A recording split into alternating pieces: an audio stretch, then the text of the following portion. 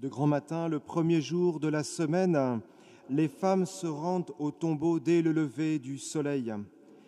Frères et sœurs, nous aussi, cette année, ce n'est pas la nuit, le soir, mais de grand matin que nous sommes venus dans cette église à la rencontre du ressuscité. Christ est ressuscité. On recommence. Christ est ressuscité.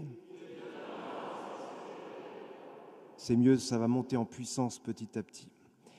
Frères et sœurs, cette année, nous célébrons la fête de la Pâque dans le contexte bien particulier que nous connaissons, un temps d'épreuve pour notre monde qui affecte particulièrement certains d'entre nous.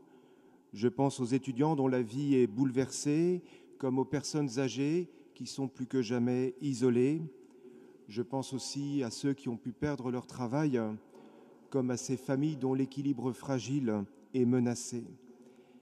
Parmi nous, certains sont peut-être venus à l'église ce matin, à l'aube, également là, fatigués, comme les saintes femmes de l'Évangile, dont on peut aisément imaginer les dispositions intérieures et les traits tirés du visage. Il y a quelques heures, elles assistaient au déchaînement de la violence et à la mort atroce de celui en lequel elles avaient mis leur espérance, le Christ, le Messie d'Israël. Alors que bien de nos contemporains sont abattus par cette crise qui dure, j'entends ce matin cette exhortation de Paul adressée aux frères de Thessalonique. « Frères, il ne faut pas que vous soyez abattus comme les autres qui n'ont pas d'espérance. » Pourquoi donc ? Quel est donc le secret des chrétiens qui, sans aucunement les préserver des épreuves de la vie, leur donne cependant la force de vivre l'instant présent dans l'espérance ? Nous l'avons entendu à l'instant dans l'Épître aux Romains, saint Paul affirme « Nous le savons en effet, le Christ est ressuscité d'entre les morts, le Christ ne meurt plus, la mort n'a plus de pouvoir sur lui.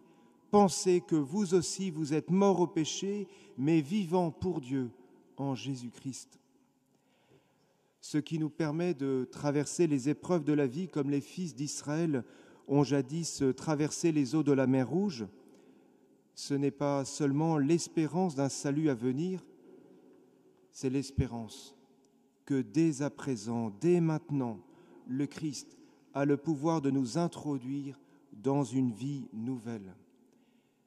Frères et sœurs, Dieu a pour nous, pour chacun d'entre nous, une promesse de vie immense.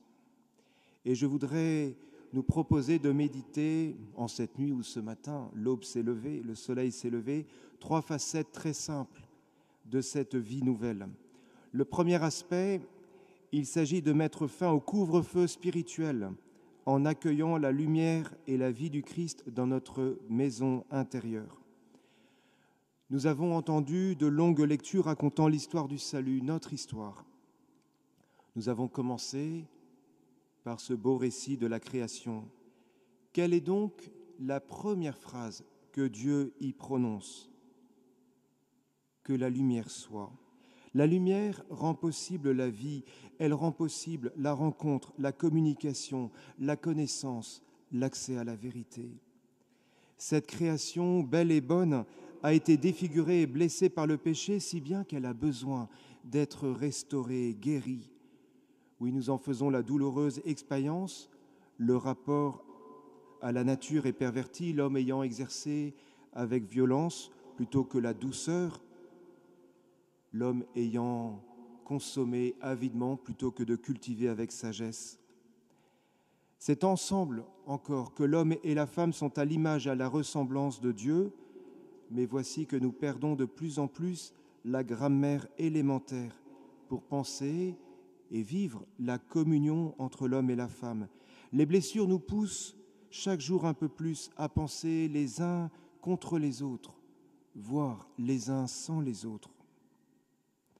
On pense créer la cohésion d'une nation en retournant la majorité contre ceux qui ne s'accordent pas avec une certaine pensée toute faite, porteuse d'une violence cachée. Et voilà qu'à Pâques retentit cette parole de Dieu pour la deuxième fois, que la lumière soit. Auparavant, il y avait eu la nuit de l'agonie à Gethsémani, les ténèbres de la passion et de la mort de Jésus, la nuit au sépulcre, mais désormais, c'est de nouveau le premier jour de la création. Elle recommence entièrement nouvelle. Que la lumière soit, et la lumière fut. Jésus se lève du tombeau. Nous sommes le 8e jour. Que la lumière soit, que la vie se déploie, qu'elle déploie son dynamisme prodigieux, que la communion entre tous advienne. Dans son évangile, nous l'avons médité avec Agnès au cours de la retraite que nous avons vécue en paroisse. Saint Jean nous fait comprendre qu'avec le Christ, la lumière est venue dans le monde pour nous donner la vie et la vie en abondance. Hélas, toujours selon les mots de Saint Jean, les hommes ont pu préférer les ténèbres à la lumière parce que leurs œuvres étaient mauvaises. On peut avoir peur, en effet, de s'exposer à cette lumière. On peut tenter de s'y soustraire. Avec la résurrection, en ce jour, nous célébrons que la lumière brille dans les ténèbres et que les ténèbres ne l'ont pas arrêté et ne le pourront jamais. Frères et sœurs, notre péché est désormais anéanti par la puissance de la miséricorde que Jean-Paul II définissait comme un amour plus puissant que le mal, plus puissant que le péché. Avec certains, nous l'avons médité vendredi soir en contemplant le linceul de Turin.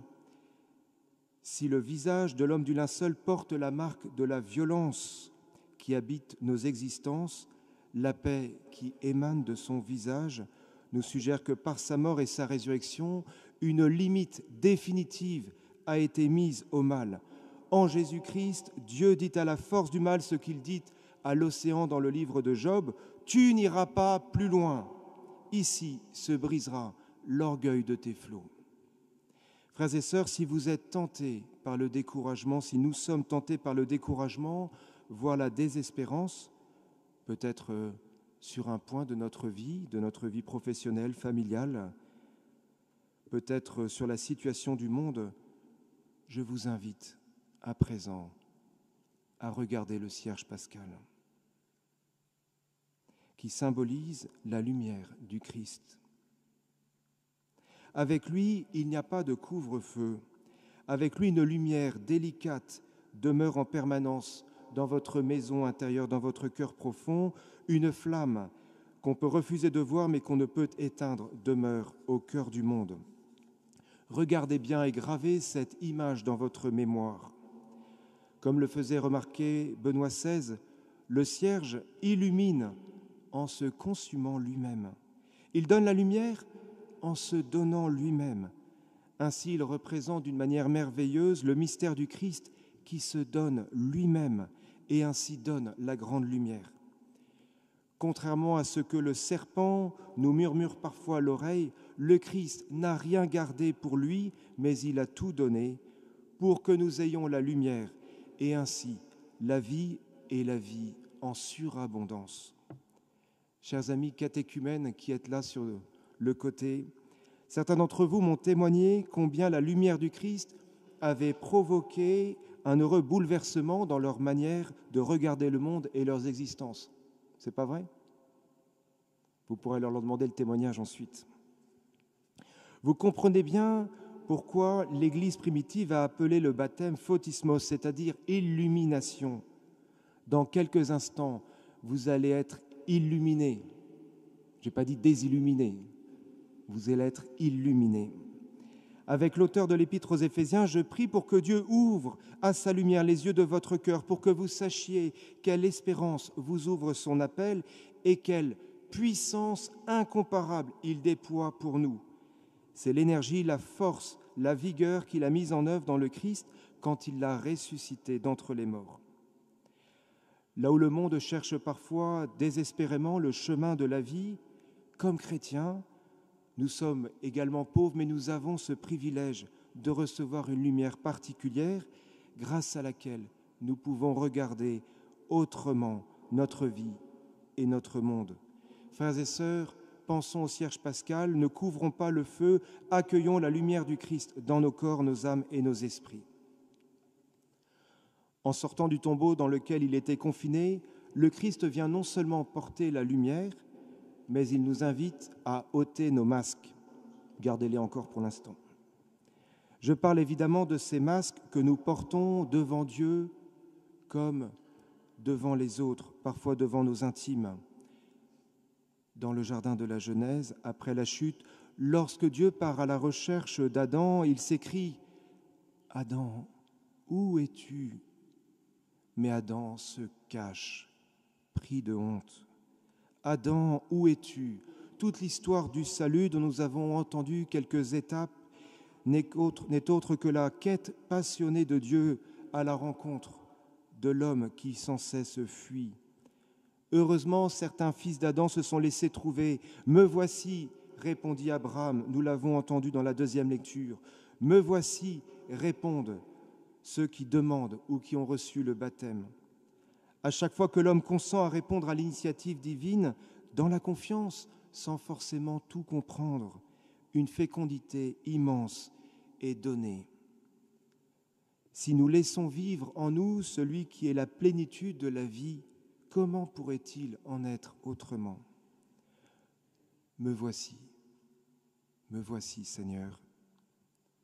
Lorsque nous nous présentons devant Dieu, nous nous présentons tels que nous sommes, c'est-à-dire non seulement avec nos rêves, nos désirs les plus grands, mais encore avec nos fragilités, nos inconsistances, nos tentations secrètes, nos addictions parfois, nos péchés. Chers amis catéchumènes, je vous le redis, toutes vos faiblesses ne vont pas disparaître dans quelques instants dans cette cuve. Vous allez vite vous en rendre compte. Le vieil homme est certes vaincu, il est noyé dans l'eau, mais il sait encore assez bien nager. Mais je vous en supplie, au nom du Christ, ne fuyez pas, ne remettez pas de masque devant Dieu, continuez de vous présenter devant lui tel que vous êtes. Si un test rapide vous révèle que vous êtes positif au péché, n'attendez pas 8 jours ou plusieurs semaines à l'isolement, là où l'ennemi pourra vous faire désespérer ou vous faire entrer dans la tiédeur, ce qui est l'autre maladie grave du chrétien. Non, venez aussitôt trouver la guérison auprès du Christ médecin dans le sacrement du pardon qui réactivera la grâce de votre baptême. Nous l'avons entendu de la bouche du vieil Ézéchiel. « Je répandrai sur vous une eau pure, vous serez purifiés de toutes vos souillures, de toutes vos idoles. Je vous purifierai, je vous donnerai un cœur nouveau. » Frères et sœurs, ne rendons pas vaine la croix du Christ en jouant cache-cache avec le Christ, en nous cachant de lui, par faiblesse, par honte, ou je ne sais quoi encore. Devant le Christ, qui nous aime d'un amour inconditionnel, nous pouvons nous tenir en vérité, sans masque, en paix. Crée en moi un cœur pur, ô mon Dieu, renouvelle et raffermis au fond de moi mon esprit, rends-moi la joie d'être sauvé. Plus nous serons saisis par cet amour inconditionnel, plus nous serons guéris de ces manques de confiance en nous qui parasitent nos existences, plus nous retrouverons cette confiance, plus nous pourrons nous tenir les uns devant les autres, sans crainte, sans masque. Enfin, en vérité, libre, c'est-à-dire vraiment vivant. Enfin, troisième et dernière remarque, plus brève, en sortant du tombeau dans lequel le Christ était confiné, celui-ci nous invite à renoncer aux gestes barrières, mais étonnamment, il maintient la préconisation des petits groupes de 6-8 personnes. L'Église est fondamentalement une fraternité, ce que les premiers chrétiens avaient bien saisi, mais que d'autres générations ont pu méconnaître en étant contaminés par cet immonde virus de l'individualisme. Il est heureux que le pape François nous exhorte à la fraternité avec la force dérangeante d'un prophète et la douceur compatissante d'un bon pasteur. Depuis 1 an, nous sommes ici sur la paroisse témoins d'une multiplication de gestes de solidarité qui brisent les barrières, notamment à l'égard des plus pauvres. Hélas, bien des signes nous indiquent que le monde d'aujourd'hui n'est pas le monde nouveau que certains pensaient pouvoir advenir. Il ressemble tristement au monde d'avant. Souvenons-nous des promesses d'il y a un an. Comment s'en étonner? Le changement, le véritable changement n'adviendra que par la transformation du cœur chez les chrétiens et les hommes de bonne volonté. Notre paroisse comme communauté de communautés doit être un lieu privilégié où nous pouvons nous entraîner à vivre une authentique fraternité au milieu d'un monde qui aspire plus que jamais à celle-ci, mais n'en trouve que difficilement le chemin. Chers amis catéchumènes, je voudrais vous redire ce que je disais il y a 2 ans à vos prédécesseurs. Si vous restez seuls, vous êtes morts. Si vous restez seuls, vous êtes morts. Rejoignez des groupes où l'on prie ensemble, où l'on partage en petits groupes de 6-8 baptisés, cela est permis, où l'on apprend ensemble à suivre le Christ et à servir. Nul n'est chrétien tout seul, nul n'est chrétien pour lui seul. Les anciens aimaient faire remarquer que la cire qui permet au cierge pascal de brûler provient du travail des abeilles. De même, c'est la vie commune, c'est la collaboration entre nous tous baptisés qui permet à la lumière bienfaisante et consolante du ressuscité de briller au milieu de ce monde. Frères et sœurs, si nous sommes en régime de couvre-feu intérieur, accueillons maintenant la lumière du Christ. Si nous portons des masques, consentons à faire la vérité, à venir à la lumière auprès du Christ qui nous aime tant. Enfin, si nous sommes enfermés dans un cercle trop étroit ou trop confortable de relations, posons prochainement des gestes concrets qui nous ouvriront à la véritable fraternité. Christ est ressuscité. On progresse. Telle est la bonne nouvelle. Ne restez pas ici, retournez chez vous pour en témoigner. Quittez Jérusalem, faites plus de 10 kilomètres, faites précisément 162 kilomètres à pied jusqu'en Galilée, au milieu des nations. Là, vous verrez le Christ et vous manifesterez sa joyeuse lumière. Dieu veut pour nous une vie, pas une demi-vie, une vie en surabondance. Amen.